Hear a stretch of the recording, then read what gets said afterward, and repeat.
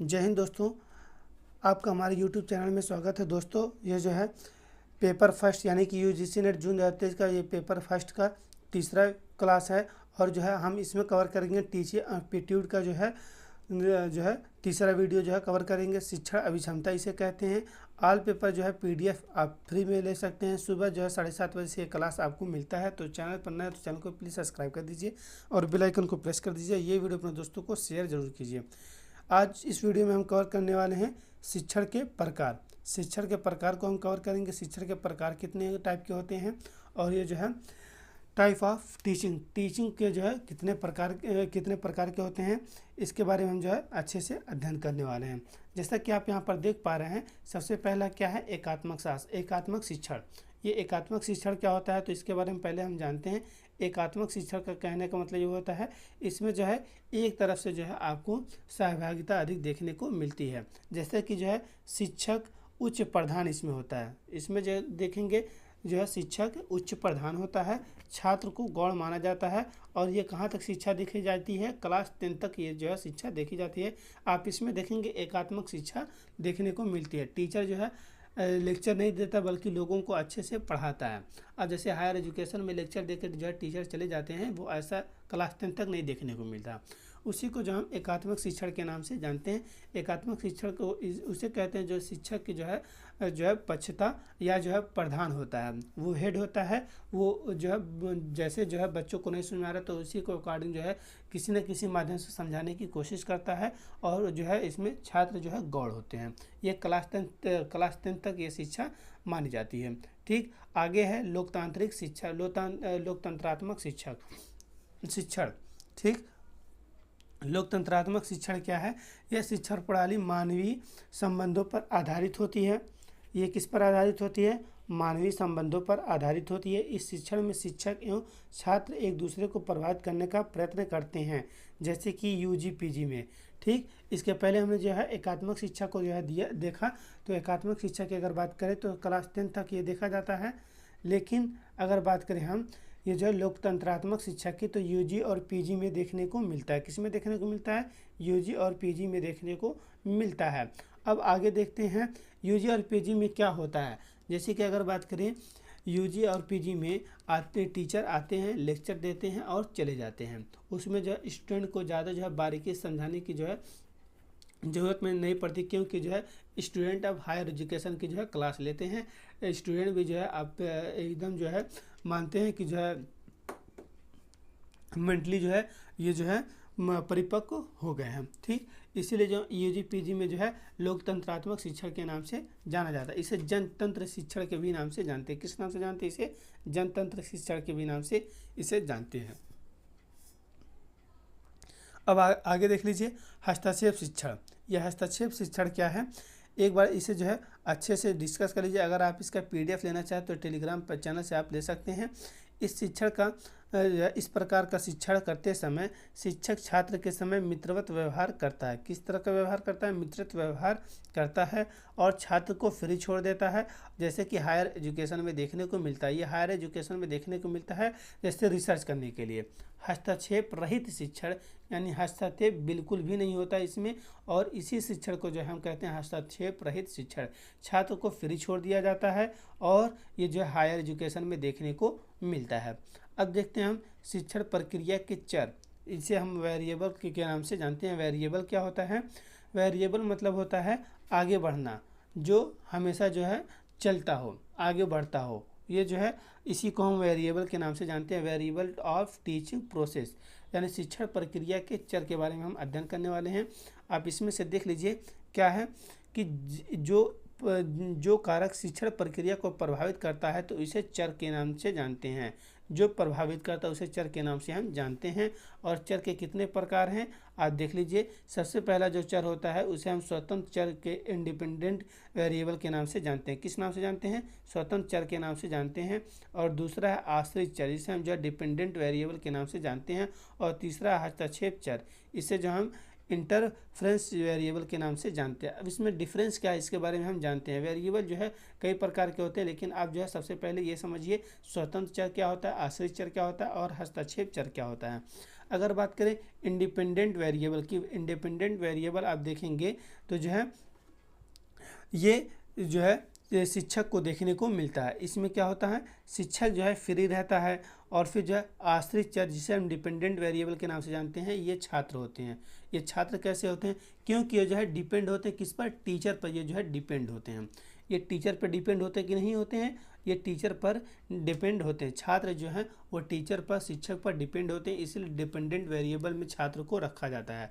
और independent variable जैसे स्वतंत्र चर, अगर शिक्षक चाहे तो क्लास को जो है बढ़ा भी सकता है। मान लीजिए जैसे अगर जो है क्लास 40 मिनट का रहता है तो इसे 45 मिनट भी कर सकता है पढ़ाते। कोई सिलेबस जो है कंप्लीट करना है तो वो जो है कंप्लीट करने के लिए जो 45 मिनट का भी कर सकता है, 1 घंटे और 1.5 घंटे का भी कर सकता है, और एक्स्ट्रा क्लास भी ले सकता है। वो स्वतंत्र है। और आश्रित चर उसे कहते हैं जिसे हम छात्र के नाम से जानते हैं। छात्र जो है शिक्षक पर निर्भर करते हैं। और हस्तक्षेप चर यानी इंटरफेरेंस वेरिएबल के नाम से किसे जाना जाता है, जैसे बुक हो गया, पेन हो गया, कॉपी हो गया, और फिर जो है विधियां हो गई, मेथड हो गया, ये सब जो है क्या है, ये सब जो है हस्तक्षेप जो है चर हैं।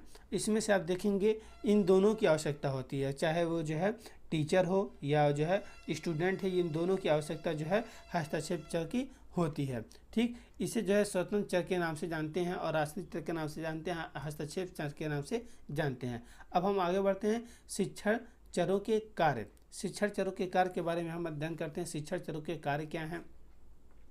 शिक्षण चरों के कार्य, सबसे पहले आप हेडिंग डाल लीजिए, हस्तक्षेप चर के माध्यम से स्वतंत्र चर शिक्षण आश्रित चर छात्र पर शिक्षण प्रक्रिया में निम्न कार्य करते हैं। और कौन कौन से कार्य करते हैं, निदानात्मक कार्य, उपचारात्मक कार्य। सबसे पहले हम निदानात्मक कार्य की बात करें तो इसे डायग्नोस्टिक वर्क के नाम से जानते हैं। इसमें क्या होता है कि शिक्षण में जो है खोज करना होता है, कारण का पता लगाना था, कमी को जो है दूर करना होता है, और फिर जो है कमी को खोजना होता है। इसमें कमी को खोजना होता है, दूर नहीं करना होता बल्कि कमी को खोजना होता है। कमी को खोजना होता है, कारण जानना होता है और खोज करना होता है। उसी को हम जो निदानात्मक कार्य के नाम से, डायग्नोस्टिक वर्क के नाम से हम इसे जानते हैं। ठीक, जैसे कॉज भी आता है। अब एक दूसरा है उपचारात्मक कार्य। उपचारात्मक जिसे हम रेमेडियल वर्क के नाम से जानते हैं। इसमें जो है उपचारात्मक आता है, यानी कि कमी को दूर करना। जो अभी कमी को दूर करने के बाद हम कह रहे थे, ये किसमें आता है, उपचारात्मक। क्योंकि अगर मान लीजिए किसी को जो है कोई परेशानी, मान लो किसी को बुखार है, तो उसे जो है कमी को दूर करना जो है हम क्या कहते हैं, उपचारात्मक कार्य के नाम से जानते हैं। और निदानात्मक कार्य में जो है कमी को खोजते हैं, कारण का पता लगाते हैं। कारण का पता लगा कि जो है कहीं पे गिर गया था और गिरने के बाद जो है उसे जो है बेहोश हो गया, उसके बाद जब उठा तो जो बहुत देरी बाद उठा और उसके बाद में जो है बुखार आ गया, ये कारण हो गया। ठीक, ठोकर लगी, बीमार हुआ, जो है बेहोश हो गया, ये कारण हो गया उसका।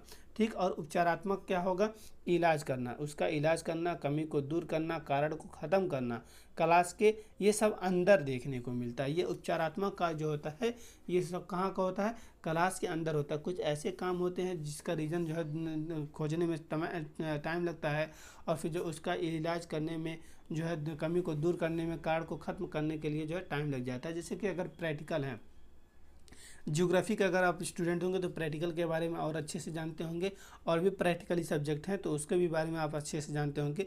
जैसे उसका कारण का पता लगाना, साथ ही साथ कमी को दूर करना, ये सब क्लास के अंदर देखने को मिलता है। इसी को उपचारात्मक कार्य के नाम से हम जानते हैं। और एक है मूल्यांकन कार्य, जिसे हम जो असेसमेंट के नाम से, एलुएशन के नाम से जानते हैं। इसमें होता है कमी को दूर करने के बाद उसका मूल्यांकन करना पड़ता है। उसी को जो मूल्यांकन कार्य के नाम से जानते हैं।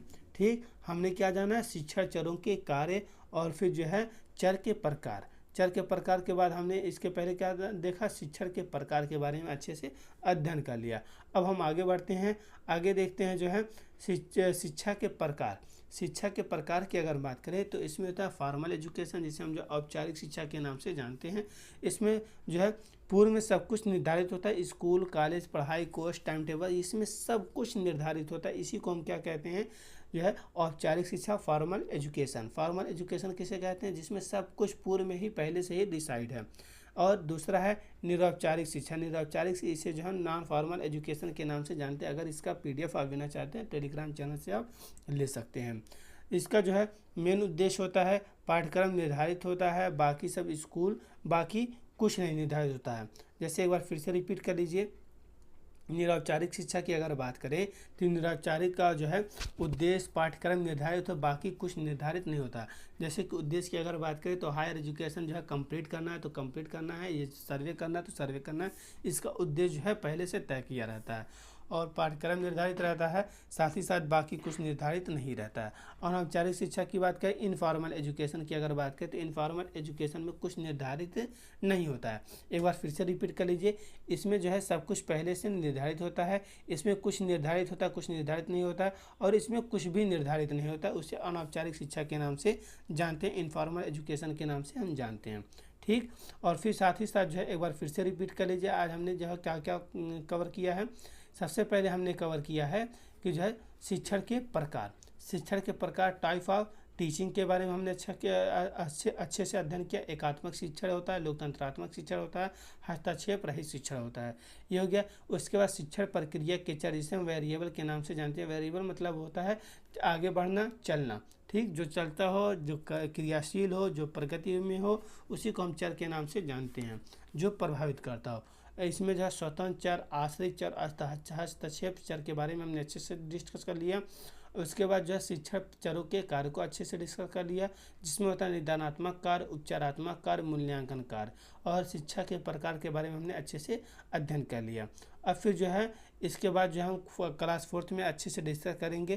तो चैनल पर अगर नया है तो चैनल को प्लीज़ सब्सक्राइब कर दीजिए और बेल आइकन को प्रेस कर दीजिए। अगर PDF लेना चाहते हैं तो टेलीग्राम से आप PDF ले सकते हैं। तो अब इसी के साथ मिलते हैं नए वीडियो में। आज के लिए यहीं तक, आज के लिए शुक्रिया।